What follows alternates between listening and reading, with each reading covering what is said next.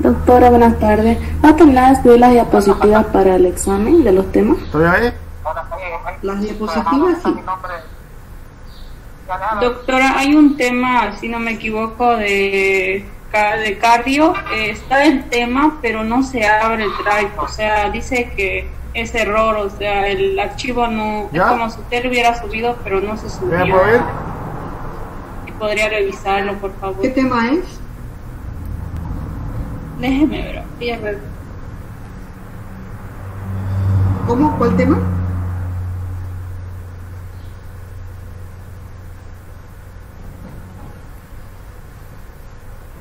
¿Alguien ha tenido el mismo problema? Sí, doctora, hay un tema que no se puede descargar. Igual me voy a fijar cuál era. Doctora, es el tema de cardiopatía isquémica. Ese tema. La anterior clase quería decirle, pero no se abre, doctora.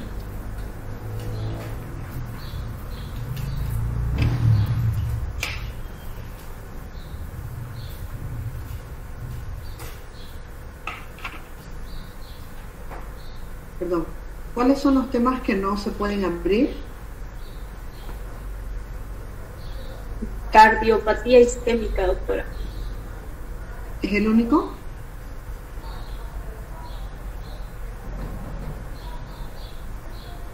Qué raro, doctora, porque a mí no estaba bien.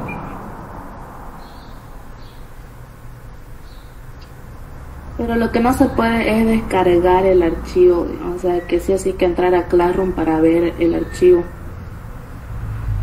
Classroom es su aula de clases, o sea, ustedes tienen que entrar ahí para ver los archivos.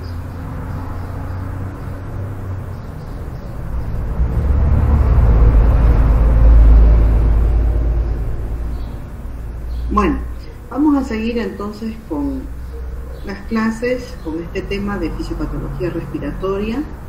Estábamos viendo el síndrome respiratorio bronquial obstructivo. Para repasar un poquito, esta es la imagen normal de lo que sucede durante la inspiración y de la expiración en relación al calibre bronquial. Durante la inspiración, los bronquios se abren y disminuye la resistencia aérea, en tanto que durante la expiración el pulmón recupera su tamaño normal y los bronquiolos tienden a cerrarse.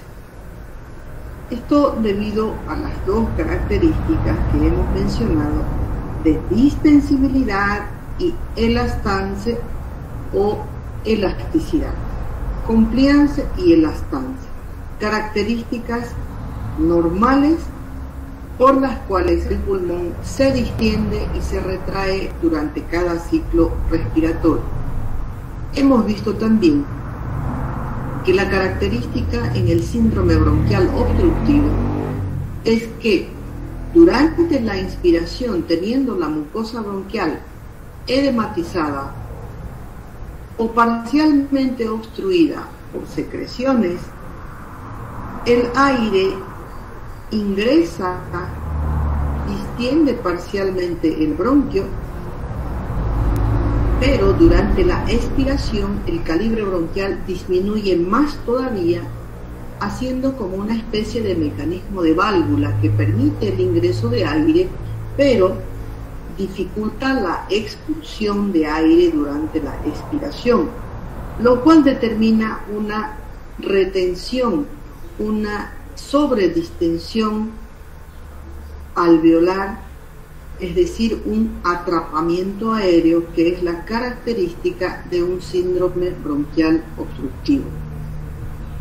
En el síndrome bronquial obstructivo, esta distensión crónica lleva a deformar los bronquiolos terminales y los alveolos, distendiéndolos, deformándolos y haciendo que ingrese aire, pero haya una gran dificultad en el vaciamiento o retracción normal de los alveolos y el parénquima pulmonar. La enfermedad más típica que representa al síndrome bronquial obstructivo es el asma. Hemos visto que el asma es una enfermedad inflamatoria producto de una reacción mediada por inmunoglobulina E y que afecta de forma periódica, relacionada sobre todo a cambios en el medio ambiente de temperatura, de humedad o presencia de proteínas o sustancias irritantes a la mucosa bronquial. Hemos diferenciado el asma intrínseca, que es un asma que se presenta en el adulto después de los 30 años, que suele ser un asma grave y perenne, es decir, persistente. El paciente evoluciona con una broncoconstricción persistente, con periodos de exacerbación, pero el paciente prácticamente no retorna a tener un diámetro bronquial normal.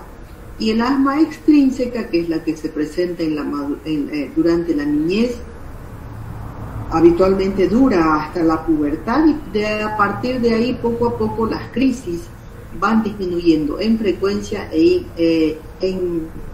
también en intensidad. Tanto el asma intrínseca como el asma extrínseca comparten los mismos procesos que se encuentran de inflamación, obstrucción y una hiperreactividad bronquial. De acuerdo a la intensidad, duración y persistencia de la broncoconstricción, el asma se puede clasificar en intermitente, persistente leve, persistente moderado y persistente severo. En cuanto a la patogenia y a la patogénesis, existe una mucosa respiratoria, una mucosa bronquial con signos inflamatorios, es decir, edematosa, infiltrada, engrosada, el músculo liso hipertrofiado y con broncoconstricción, y se encuentra también células epiteliales bronquiales y bronquiolares lesionadas, hiperplasia de glándulas secretoras de moco, lo cual caracteriza a un estado de broncoconstricción con un gran aumento en la secreción mucosa. El proceso crucial durante el asma bronquial es el reclutamiento, multiplicación y activación de células inflamatorias mediadas por inmunoglobulinas que van a ser las que inician y perpetúan el estado inflamatorio y la hiperreactividad a nivel bronquial. Afecta principalmente las vías respiratorias de pequeño calibre, los bronquios de pequeño calibre. Es ahí donde precisamente se produce la mayor broncoconstricción y el mayor incremento de la resistencia al flujo aéreo. Además, esta resistencia y dificultad al flujo aéreo se ve también afectado porque hay una hipersecreción de moco que obstruye más el flujo aéreo. Todo esto va a producir un síntoma predominante que es la tos. La broncoconstricción que se presenta está desencadenada por diferentes sustancias, pero está mediada por eferentes vagales. Existe, como les decía, un fenómeno de hipersensibilidad mediada por inmunoglobulina E, donde están involucrados células secretoras que son los mastocitos y los basófilos. Estos mastocitos y basófilos son los encargados de producir el edema bronquial, el edema de la mucosa bronquial, la mayor secreción a nivel de las glándulas y también la broncoconstricción. Les decía que la marca fundamental del asma bronquial y de la crisis asmática es el atrapamiento aéreo, es decir, la hiperinsuflación pulmonar. Las consecuencias respiratorias del asma bronquial es que en la mecánica respiratoria producen obstrucción, y esta obstrucción, como verán ustedes siguiendo la explicación, se produce sobre todo durante la expiración. ¿Por qué? Porque durante la inspiración normalmente hay una mayor broncodilatación y una menor resistencia al flujo aéreo. Pero la crisis asmática y el asma bronquial afectan principalmente el momento de retracción. Se produce una dificultad a la expiración, broncoconstricción con disminución del calibre bronquial, aumento de la resistencia a la vía aérea y por lo tanto disminución del volumen expiratorio forzado en un segundo y también disminución de la capacidad vital forzada. Existe menor capacidad ventilatoria, existe mayor volumen residual y mayor volumen residual final. O sea, al atrapamiento aéreo e hiperinsuflación pulmonar. También está afectado, por supuesto, el intercambio gaseoso. Existe una desigual distribución de la difusión gaseosa. Existe una alteración de la relación ventilación-perfusión porque hay una adecuada perfusión pero una inadecuada ventilación. Esto hace que se ensanche el gradiente alveolo arterial de oxígeno y dé lugar a hipoxemia. También está afectado el trabajo respiratorio y se produce una falla ventilatoria. Esto va a determinar fatiga muscular porque el paciente tiene que hacer un mayor esfuerzo respiratorio, tanto en la inspiración, pero fundamentalmente en la expiración. Y la hiperinsuflación condiciona aplanamiento del diafragma, lo cual contribuye a esa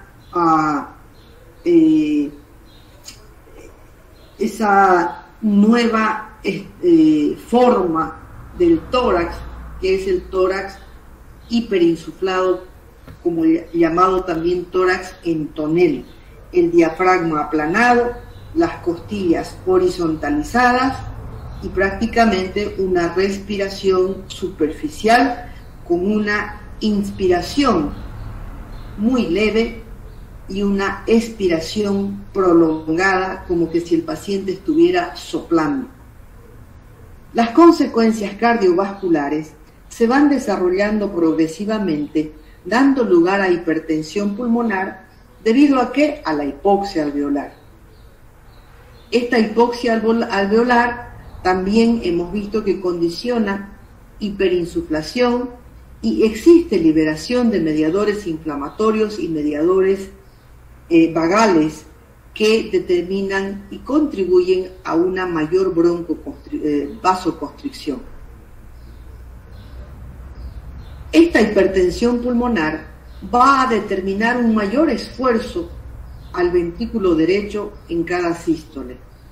Pero como hemos hablado en insuficiencia cardíaca, el ventrículo derecho tiene muy poca capacidad de adaptación, por lo tanto, tempranamente falla el ventrículo derecho.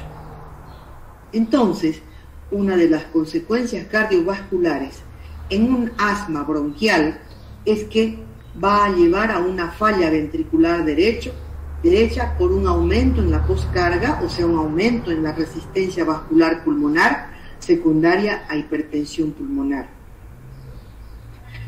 La falla ventricular derecha va a dar lugar a un escaso volumen sistólico desde el ventrículo derecho, un escaso volumen que va a llegar hacia la aurícula y el ventrículo izquierdo y por lo tanto un escaso volumen sistólico, un bajo volumen sistólico, un bajo gasto cardíaco, lo cual finalmente va a terminar en una falla o insuficiencia cardíaca congestiva. Llegando a este estado, a lo que hemos conocido como cor pulmonale crónico, es decir, una insuficiencia cardíaca secundaria a una enfermedad pulmonar. Las manifestaciones clínicas van a variar dependiendo de la intensidad de la crisis asmática. Entonces vamos a encontrar como primer síntoma la tos. Una tos que es inicialmente seca, pero luego y rápidamente se vuelve una tos productiva, porque hemos visto que no solamente hay broncoconstricción, sino también hay aumento en la secreción de moco. La disminución y alteración del calibre bronquial va a alterar el flujo aéreo, haciendo que éste produzca un ruido silbante, lo que se llama sibilancias inspiratorias y sibilancias expiratorias. Va a haber disnea, va a haber rigidez torácica, porque obviamente el tórax está hiperinsuflado. Hay poca capacidad de inspiración y por supuesto casi nula capacidad expiratoria, por lo tanto el tórax es prácticamente rígido. Pulso paradójico, hipoxemia, por supuesto, hipercapnia, acumulación de CO2, acidosis respiratoria y la típica hiperreactividad bronquial, y todo esto lo podemos verificar a través de un análisis de espirometría que nos va a indicar un síndrome obstructivo.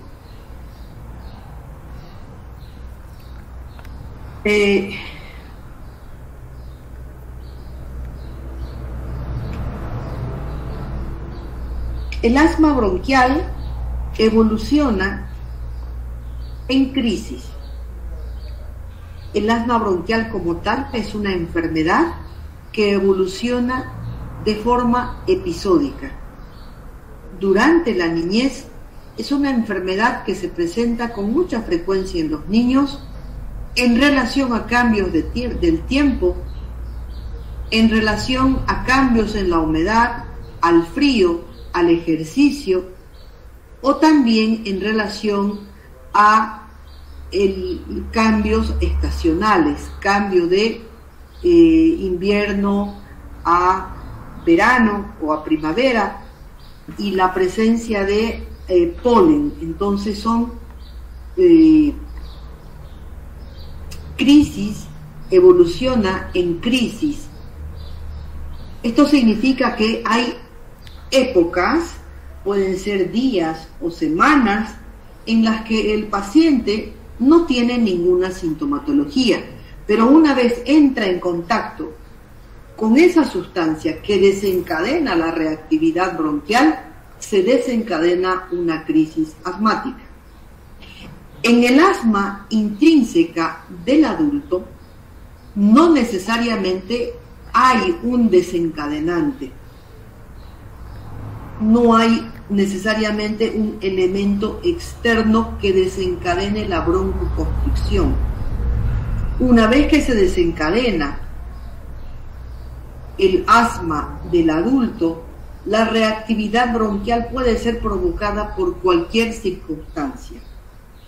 El humo, el estrés, el deporte, cambios en la temperatura, puede ser desencadenada por cualquier circunstancia.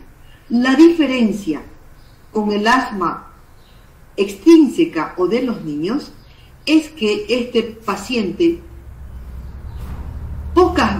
no vuelve a un estado normal como lo hace el niño, es decir, evoluciona simplemente con broncoconstricción en menor o mayor grado.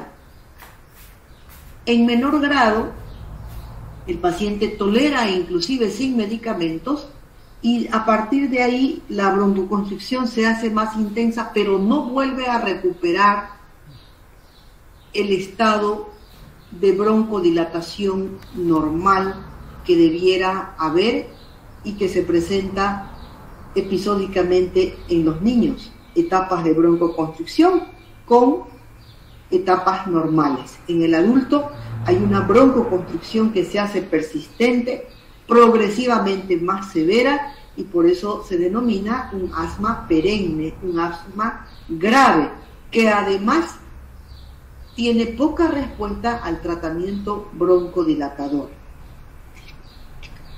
La evolución de un asma no tratada o de un asma crónico es que va a determinar una consecuencia que de forma crónica se llama enfermedad pulmonar obstructiva crónica o EPOC. Este término se utiliza para caracterizar un estado de broncoconstricción y daño permanente. Daño inflamatorio permanente. La enfermedad pulmonar obstructiva crónica es el resultado de dos circunstancias o de dos patologías: la bronquitis asmática o bronquitis crónica y el enfisema. En ambas situaciones hay obstrucción bronquial. En este cuadro de EPOC, de enfermedad pulmonar obstructiva crónica, existe un proceso caracterizado por la limitación permanente del flujo aéreo. Ya no hay vuelta atrás, ya no hay etapas de normalización. En el EPOC existe una obstrucción persistente de la vía aérea causada por anormalidades en la vía aérea, en el caso de la bronquitis y el asma bronquial, y del parénquima pulmonar en caso del enfisema pulmonar. Se distingue del asma porque una vez que se establece ya el EPOC, no existen periodos de remisión y más bien progresa de manera inexorable. La causa más frecuente del EPOC es el tabaquismo. El tabaquismo, que tiene más de 40 sustancias irritantes de la mucosa bronquial y que se identifican como sustancias irritantes de la mucosa bronquial. Sustancias irritantes que van a desencadenar un proceso inflamatorio. Inicialmente ese proceso inflamatorio podrá ser reversible, pero con la continuidad del tabaquismo, de la inhalación de los tóxicos que tiene el tabaco, este proceso inflamatorio se va convirtiendo en un proceso inflamatorio crónico. Otros casos más raros se deben a deficiencia del inhibidor de la alfa-1 antitripsina. Esta alfa-1 antitripsina es una proteína que hemos hablado anteriormente, capaz de inhibir varios tipos de proteasas que se involucran en el enfisema. La deficiencia de esta proteína predispone entonces a un estado de broncoconstricción y destrucción alveolar que caracteriza al enfisema pulmonar. También existen la exposición crónica a polvos, cualquier tipo de polvo que pueda ser irritante. Por ejemplo, personas que han cocinado con leña y han aspirado el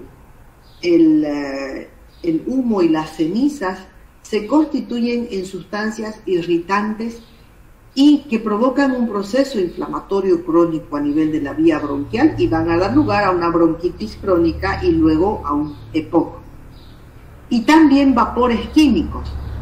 Tanto es así que actualmente ya prácticamente en todos los países están prohibidos los reemplazos que se empezaron a utilizar del tabaco en vez del cigarro. Entonces los vapores químicos también pueden ser causantes de irritación e inflamación crónica de la mucosa bronquial que van a determinar enfermedad pulmonar obstructiva crónica. Vamos a hablar de la bronquitis crónica. ¿Cómo definimos la bronquitis crónica? La bronquitis crónica se define como un estado de tos productiva quiere decir tos con expectoración, por más de 2 meses durante 2 años consecutivos. Es el paciente que tose y es una tos húmeda, se siente una tos con flema, que no mejora y que se hace persistente por 2 o más meses y que persiste por 2 años o más. El tabaquismo es la principal causa. El tabaquismo o la inhalación, entonces, de otro tipo de polvos, entre ellos los vapores que están prohibidos actualmente. ¿Qué va a determinar el tabaco en relación a la causa principal? Va a provocar un proceso inflamatorio crónico. Y como proceso inflamatorio, inicialmente provoca un edema, pero al existir una constante contacto con los irritantes, con los factores de injuria de la mucosa bronquial, ese proceso inflamatorio se va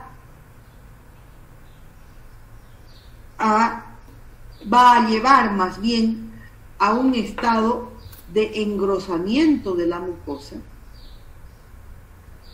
va a estimular permanentemente a las glándulas para la producción de moco, determinando una hipersecreción constante de moco. Entonces es un trastorno que se caracteriza por la excesiva producción de moco, lo cual se asocia a tos crónica, persistente o recurrente. ¿Recurrente qué significa? Recurrente significa que hay episodios de más tos con más flema, episodios de mejoría pero nunca de normalidad. El paciente está constantemente con tos, algunos días con más tos, otros días con un poco menos de tos y menos secreción, pero no deja o no vuelve más bien a la normalidad. Existe una hipertrofia e hiperplasia de las glándulas mucosas que están localizadas en la submucosa de los grandes tronquos. La obstrucción crónica tiene efectos importantes sobre la ventilación y el intercambio gaseoso. Los cambios fisiopatológicos que en la evolución va a llevar una bronquitis crónica es un aumento constante de la resistencia de la vía aérea, es decir, un estado constante de broncoconstricción. A partir de que existe un estado persistente de broncoconstricción, si vamos hacia atrás de lo que hemos hablado, va a haber una mayor resistencia, va a haber un menor ingreso de aire, va a haber un mayor trabajo respiratorio, va a haber una gran secreción de moco y va a haber una insuflación o atrapamiento aéreo cada vez mayor a nivel alveolar. Entonces, la broncoconstricción y el aumento de la resistencia van a desarrollar en mayor o menor grado enfisema pulmonar.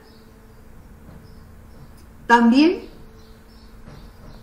el constante contacto con sustancias irritantes y el constante estado inflamatorio de la mucosa bronquial determina un recambio acelerado de las células bronquiales, hiperplasia de las células glandulares, lo cual predispone a la atipia celular, primero a la displasia y después a la atipia celular, lo cual el tabaquismo constituye la principal causa de desarrollo de carcinoma bronquial.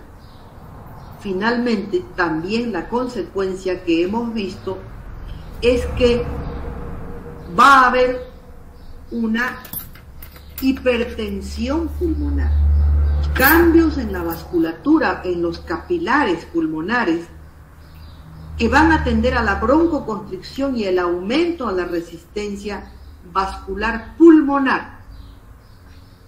Eso va a repercutir en el funcionamiento del ventrículo derecho, el cual, como hemos dicho, no tiene capacidad de adaptación como el ventrículo izquierdo.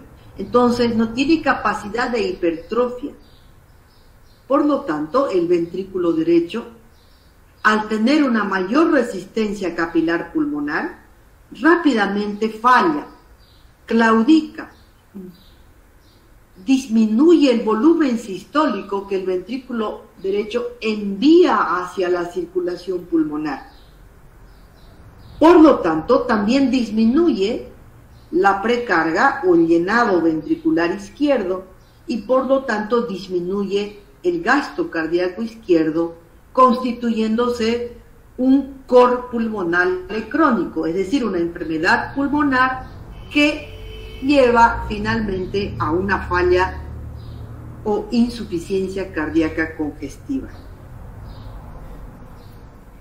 Hemos hablado de que la bronquitis se puede asociar a enfisema, evoluciona con enfisema pulmonar. Pero ¿qué es el enfisema pulmonar?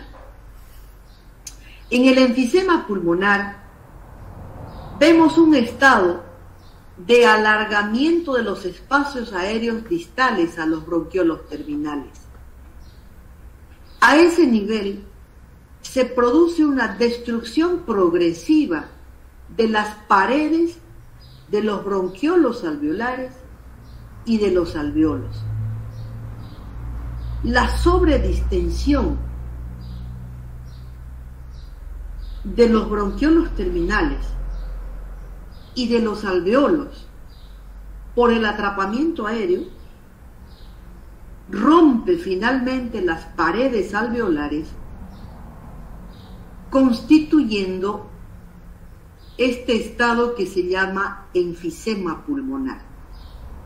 Existe pérdida del tejido conectivo elástico, es decir, el pulmón ya no tiene o pierde progresivamente la capacidad retráctil y cada vez se distiende más y se van rompiendo cada vez más los tabiques alveolares,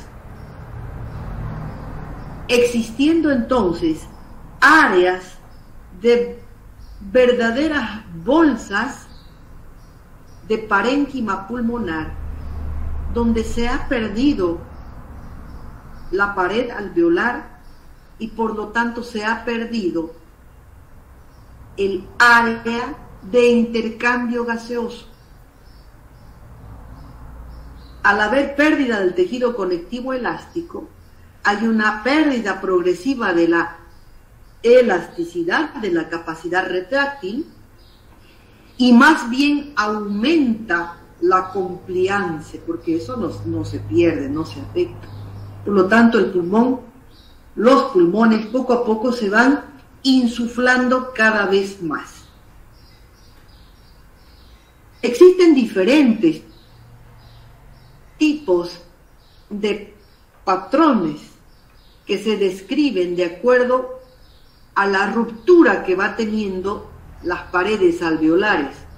Existe el enfisema bulloso, donde las bullas son grandes espacios confluyentes que están formados por alveolos distendidos, destruidos,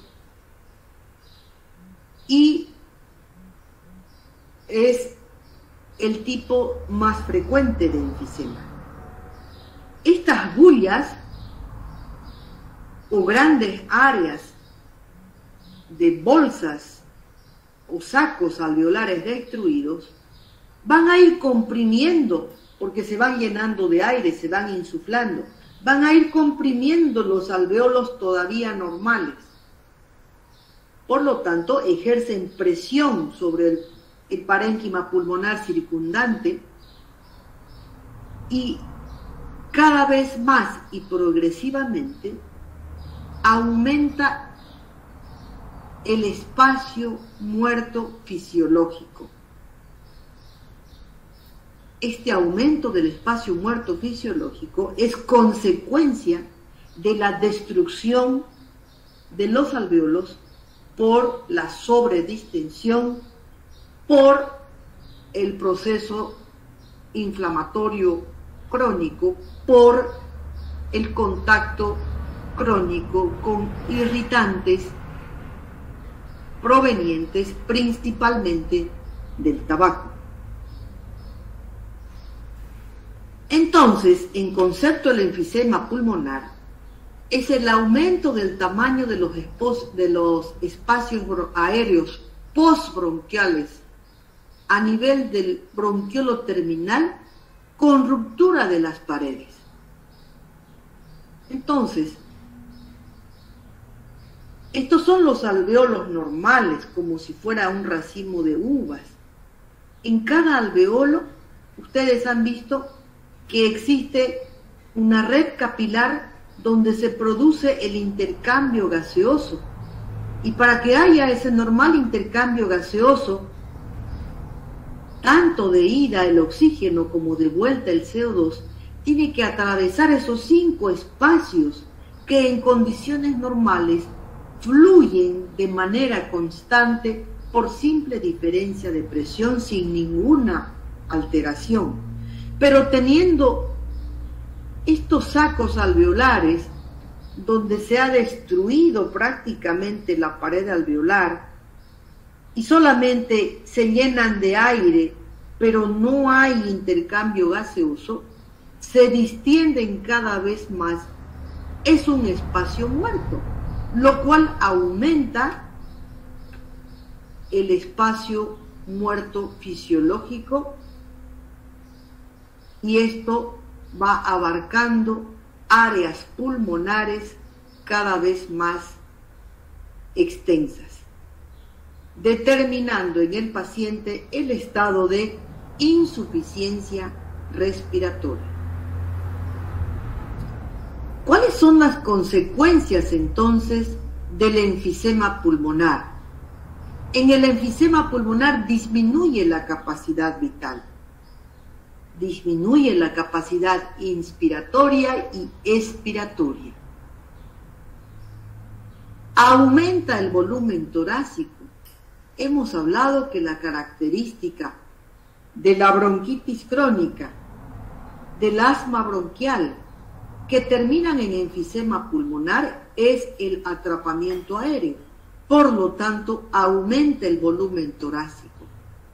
Al aumentar el volumen torácico, disminuye la capacidad de expansión. Se vuelve un tórax rígido, el paciente apenas ventila. Obviamente, si aumenta el espacio residual, aumenta el espacio fisiológico muerto y existe una alteración principalmente expiratoria con atrapamiento aéreo, va a aumentar el volumen residual. Aumenta el volumen residual y esto va a llevar a una alteración de la relación ventilación-perfusión. Áreas perfundidas que perfunden áreas que están destruidas con sacos alveolares enfisematosos que no están adecuadamente ventilados. Esto lleva a hipoxia, y esta hipoxia lleva a vasoconstricción arteriolar, hipertensión pulmonar, lo cual determina aumento de la resistencia vascular pulmonar, y ya saben que esto va a llevar a una falla de ventrículo derecho y por supuesto evoluciona a falla ventricular izquierda e insuficiencia cardíaca congestiva en un estado que se denomina cor pulmonale crónico.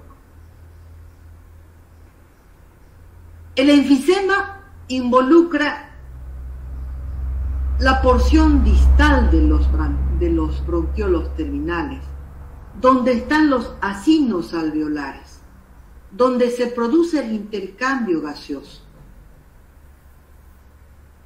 Existe una sobredistensión, una distensión anormal, y esta distensión anormal se vuelve poco a poco permanente en los acinos alveolares y se asocia a cambios destructivos, se van destruyendo las paredes alveolares. Encontramos entonces alveolos distendidos, destrucción de las paredes alveolares, y poco a poco se van formando espacios aéreos, quiere decir espacios que contienen aire, cada vez más grandes, con una reducción progresiva de la superficie alveolar donde se produce un intercambio gaseoso normal. Una vez que se establece el enfisema pulmonar, el avance es inexorable, progresa, es progresivo, no hay vuelta.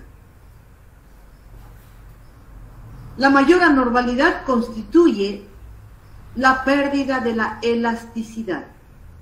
Hay una alteración en la capacidad retráctil del pulmón, en la elastancia, lo cual va a dar lugar a atrapamiento aéreo, aumento de la vía respiratoria en inspiración y colapso en expiración, provocando una obstrucción severa en la expiración. El enfisema pulmonar se va a caracterizar por tos productiva persistente, sibilancias, estertores gruesos, taquicardia, policitemia y disnea. La taquicardia es un mecanismo compensador secundario a la hipoxia. La policitemia es un mecanismo de respuesta fisiológico también debido a la hipoxia, que es captada por receptores a nivel renal para la producción, para la mayor producción de eritropoyetina, y esa eritropoyetina va a ir hasta la médula ósea, dándole orden de que produzca una mayor cantidad de glóbulos rojos, estado que se llama policitemia. Y este estado de policitemia aumenta la viscosidad sanguínea, lo cual en un primer momento puede mejorar la hipoxia, pero progresivamente empeora la hipoxia porque aumenta la viscosidad, aumenta o produce un mayor enlentecimiento circulatorio y una mayor hipoxia, que se va a manifestar obviamente por una disnea persistente. Radiológicamente vamos a ver este tórax descrito como tórax en tonel, donde vemos los diafragmas aplanados, los arcos costales muy separados, las costillas horizontalizadas y un parénquima pulmonar hiperclaro, con el signo del árbol podado, donde prácticamente no existe una adecuada circulación debido a la hipertensión pulmonar que ocasiona. De ahí que tenemos esta radiografía de otra persona con el diafragma aplanado, los arcos costales horizontalizados, aumento de los espacios intercostales en una radiografía póstero-anterior, y en una radiografía lateral también vemos una hiperinsuflación pulmonar con un gran componente anterior del parénquima pulmonar distendido y aplanamiento diafragmático. Estos son los que se llaman sopladores rosados, y adoptan esta típica posición, esta típica actitud del paciente fumador enfisematoso, que tiene que mantenerse sentado, inclinado hacia adelante, apoyado sobre los muslos, para facilitar el trabajo de los músculos accesorios de la respiración, para mejorar la inspiración, pero fundamentalmente la expiración. Se les llama sopladores porque aprenden a expirar como soplando, como inflando un globo. Sopladores rosados tienen una expiración prolongada. Si ustedes inspiran y expiran de manera normal, van a ver que la relación inspiración-expiración es 1:2. Un tiempo inspiratorio y 2 tiempos expiratorios, normal. En el caso de los sopladores rosados, de los enfisematosos, tienen una inspiración, una alteración del tiempo inspiratorio y expiratorio. Tienen una inspiración corta, porque están hiperinsuflados, y tienen una expiración de 3, 4 o 5 tiempos inspiratorios. Y están los abotagados azules, que son los pacientes denominados así porque rápidamente desarrollan cianosis. El cuadro principalmente es un cuadro de bronquitis crónica, donde el paciente tiene tos persistente, pero acompañado de un síntoma importante que es la gran expectoración. En este caso de los abotagados azules, son pacientes cianóticos que tienen pulmones más bien retraídos debido a la fibrosis de los bronquios, que más bien afectan el parénquima pulmonar, provocando este tipo de radiografía. La característica es la tos con la gran cantidad de expectoración, siempre verdosa porque siempre están sobreinfectados. Bien, estas dos enfermedades descritas como tal, que son el asma bronquial, la bronquitis crónica, que dan como resultado el enfisema pulmonar, son enfermedades que caracterizan un síndrome bronquial obstructivo. Ahora vamos a ver la enfermedad pulmonar restrictiva o síndrome restrictivo. Para caracterizar mejor, no se olviden que la enfermedad pulmonar obstructiva crónica, donde hay atrapamiento aéreo, el principal problema es un trastorno en la elastancia. Hay una tendencia al colapso, lo cual produce una alteración en la expiración. A diferencia del síndrome restrictivo,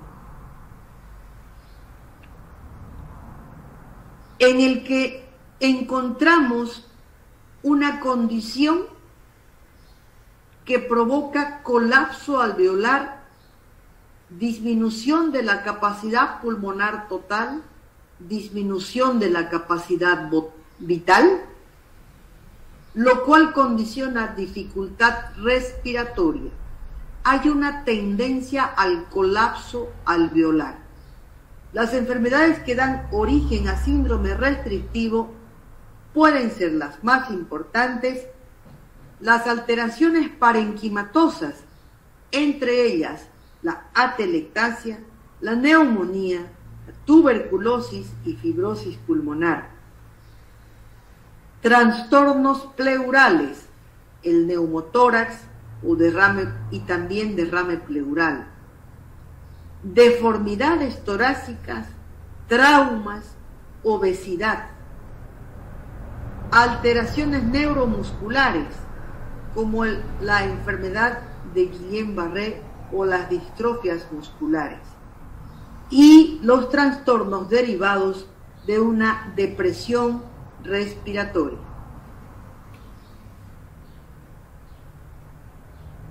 La enfermedad pulmonar restrictiva más característica es la fibrosis pulmonar.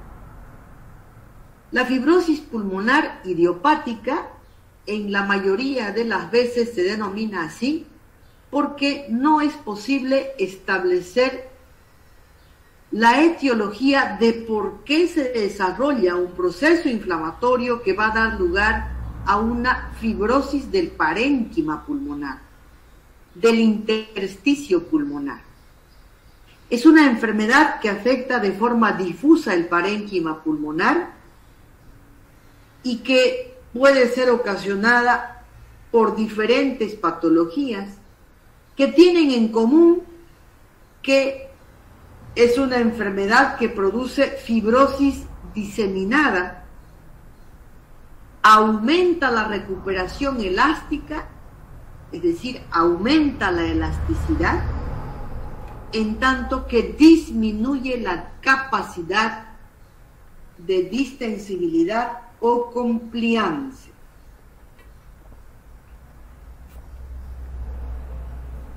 Incrementa la recuperación elástica, en tanto que disminuye la capacidad de distensión.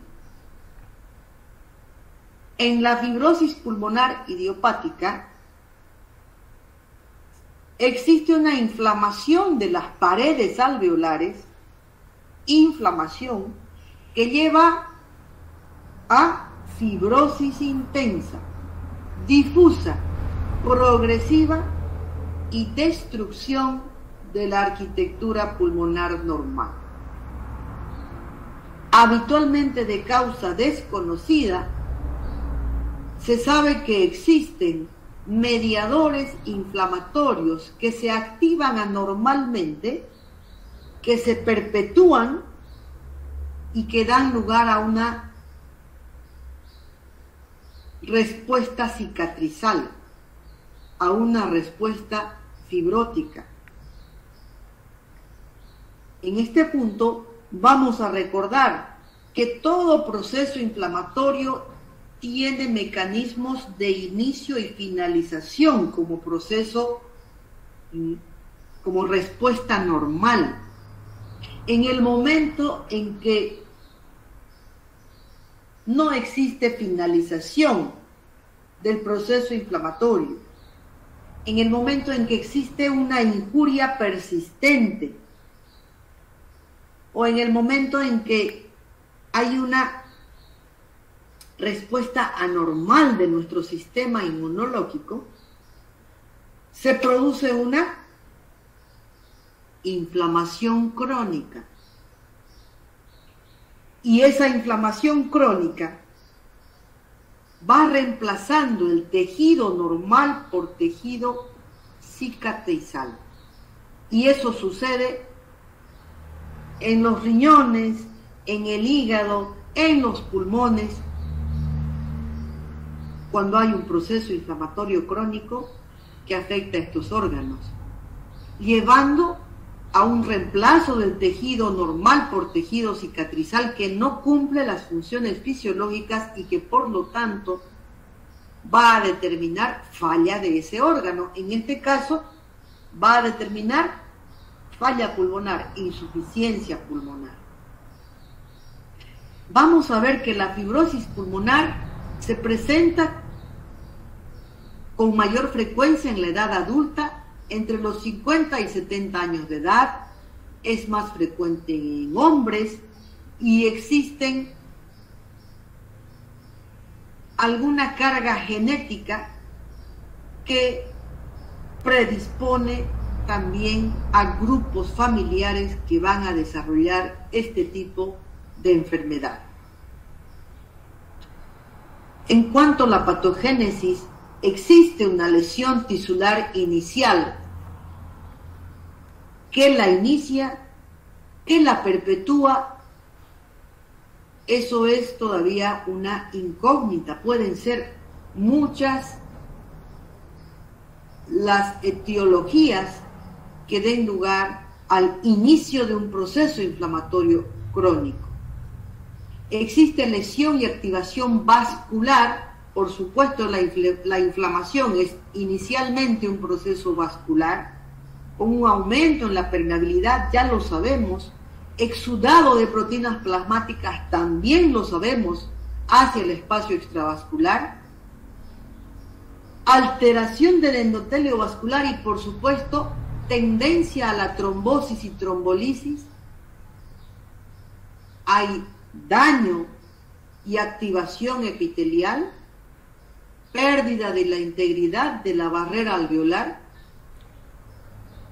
liberación intensa y persistente de mediadores proinflamatorios, aumento de factores que facilitan la adherencia leucocitaria al endotelio dañado, procesos continuos de adhesión, de inflamación y reparación que terminan en cicatrización, y finalmente alteración en el intercambio gaseoso con anormalidad en los vasos sanguíneos pulmonares. Las manifestaciones clínicas van a ser tos crónica, inicialmente leve, pero que se hace persistente. Esta tos, a diferencia de la tos que se presenta en el asma, en la bronquitis, en el enfisema y en el EPOC, es una tos seca. Es una tos seca.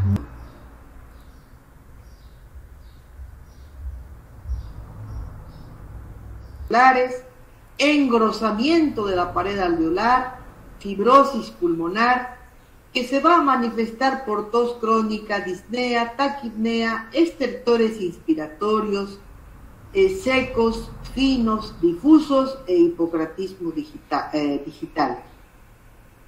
La causa, en la mayoría de las veces, desconocida, pero se relaciona con eventos celulares comunes donde hay mediadores inflamatorios y respuesta a la inflamación crónica con reemplazo del tejido pulmonar normal por tejido fibrótico.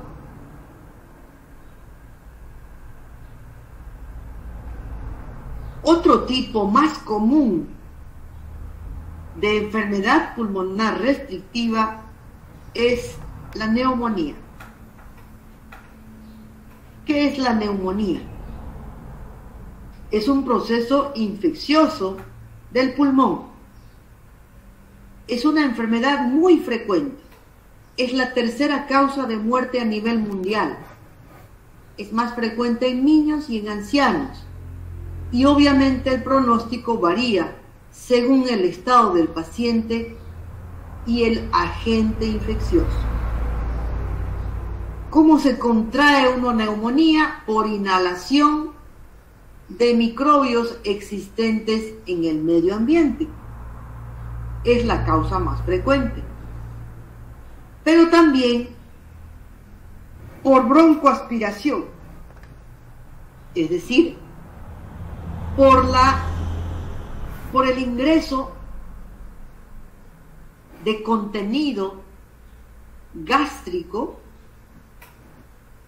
hacia la orofaringe, contenido que ingresa a los bronquios. ¿En qué circunstancias se da una broncoaspiración?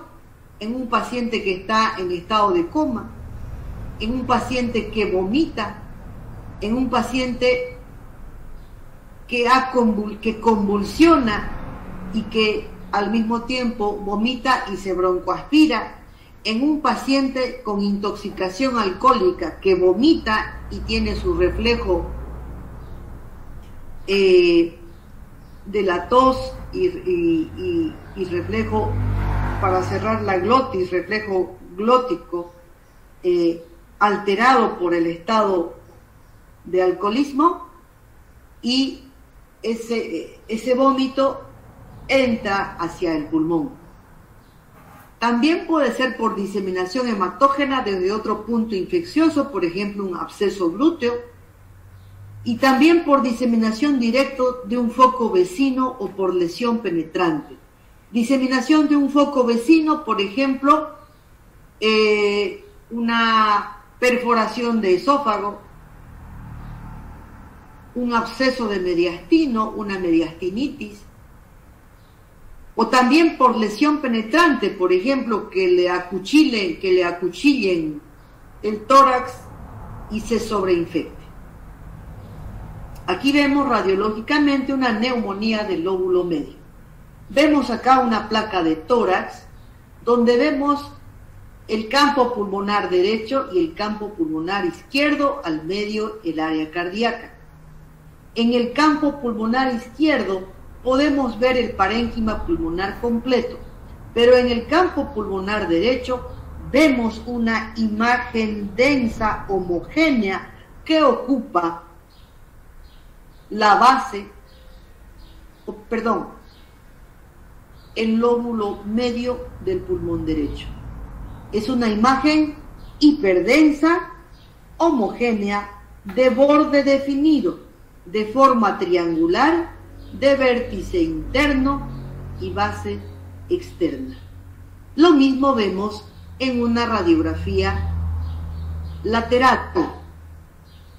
Vemos que hay una imagen que borra prácticamente de forma homogénea y de forma triangular el parénquima pulmonar. ¿Cuáles son los factores de riesgo para una neumonía? No todos vamos a desarrollar neumonía, aunque estemos en contacto con un estreptococo, con un estafilococo. Existen factores de riesgo. Los factores de riesgo más importantes es que haya una enfermedad pulmonar previa. Por ejemplo, enfermedad pulmonar obstructiva crónica, bronquiectasias, fibrosis quística, fibrosis pulmonar. Enfermedades de otro tipo como diabetes mellitus, insuficiencia renal, cirrosis hepática, personas que tienen menor capacidad pulmonar, como por ejemplo los ancianos, personas hospitalizadas, personas que han sufrido broncoaspiración, pacientes esplenectomizados, pacientes con desnutrición, pacientes en estado de alcoholismo. Aquí vemos una radiografía de tórax postero-anterior donde el campo pulmonar derecho se observa completo, normal, y vemos una opacificación homogénea que ocupa la base del pulmón izquierdo. Es una neumonía basal izquierda.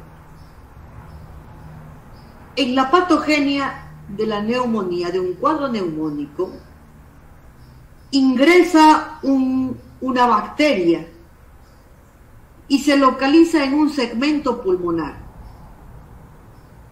Una vez que se localiza en un segmento pulmonar, se desencadena una respuesta inflamatoria, ya lo sabemos, en este caso aguda. Inicialmente, vasodilatación, liberación de mediadores, pero al mismo tiempo afluencia de macrófagos, liberación de sustancias quimiotácticas, lo cual da lugar a una gran llegada de polimorfonucleares, macrófagos, que van a fagocitar todos los detritus celulares que están produciendo esas bacterias. Va a haber llegada de eritrocitos, gran cantidad de fibrina y gran formación de exudado, quiere decir pus, con lo cual esa secreción, ese exudado purulento, va acumulándose dentro de los alveolos. Los alveolos que deben estar llenos de aire, aireados, se van llenando de secreción purulenta, se van ocupando, llenando de este exudado purulento, lo cual determina que esos alveolos en un segmento pulmonar tengan una adecuada vascularización, pero una inadecuada ventilación.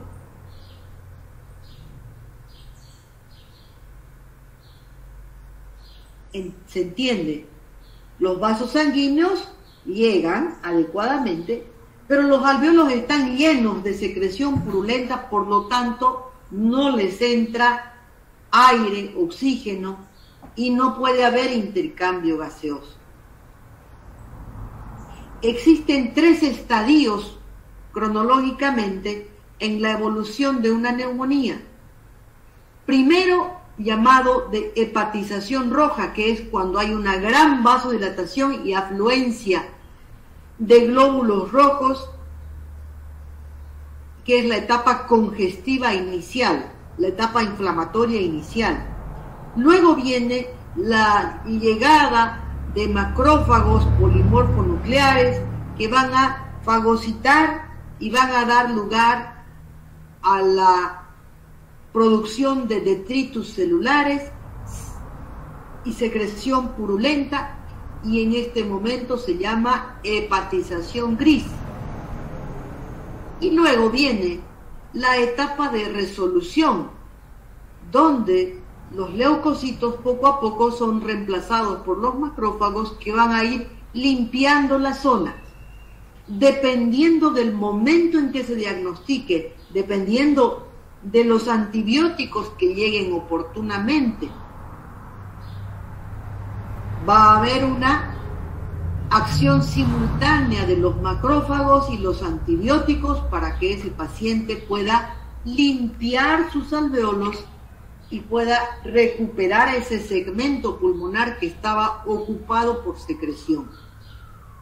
La resolución, sin embargo, puede no llevarse a cabo, va a depender del estado del paciente y tener complicaciones, como por ejemplo la formación de un absceso pulmonar o la perforación del bronquio y salida de esa secreción purulenta hacia el espacio pleural, que va a dar lugar a lo que se llama un empiema pleural, y por supuesto cualquier cuadro infeccioso con las condiciones dadas puede llevar a sepsis y shock séptico. Las manifestaciones clínicas son, obviamente, al ser un cuadro infeccioso, fiebre súbita, fiebre mayor a 38 grados centígrados, dolor en punta de costado y tos productiva. En el examen físico vamos a encontrar un síndrome de condensación. Síndrome de condensación que ustedes ya lo deben conocer por semiología. El síndrome de condensación, si no lo han repasado, si no lo conocen, lo podemos repasar como síndromes pulmonares, pero básicamente creo yo que en semiología ustedes ya han llevado lo que es un síndrome de condensación. ¿Qué va a provocar este cuadro y por qué está dentro de un síndrome restrictivo? Va a provocar un síndrome restrictivo porque ese segmento ocupado por secreción purulenta no le ingresa aire, por lo tanto no se distiende. No se distiende. Eso caracteriza al síndrome restrictivo. Bueno, todavía tenemos derrame pleural, tenemos atelectasia pulmonar, neumotórax hipertensivo y tuberculosis pulmonar, además de embolismo pulmonar. Bueno, son varios puntos que nos falta